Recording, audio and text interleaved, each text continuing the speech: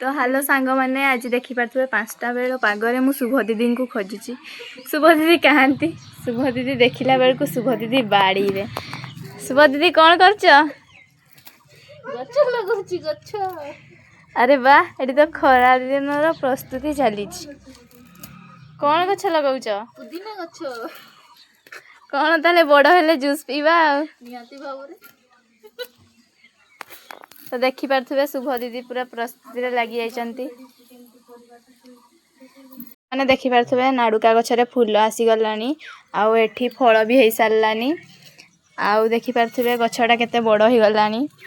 आउ एपटे बीम्स गछ देखि पारथुबे एटा बीम्स गछ हमर बीम्स हेची आउ बाइगण तो आज तोला हे गला बाइगण हेइनी आ फूलटा देखंतु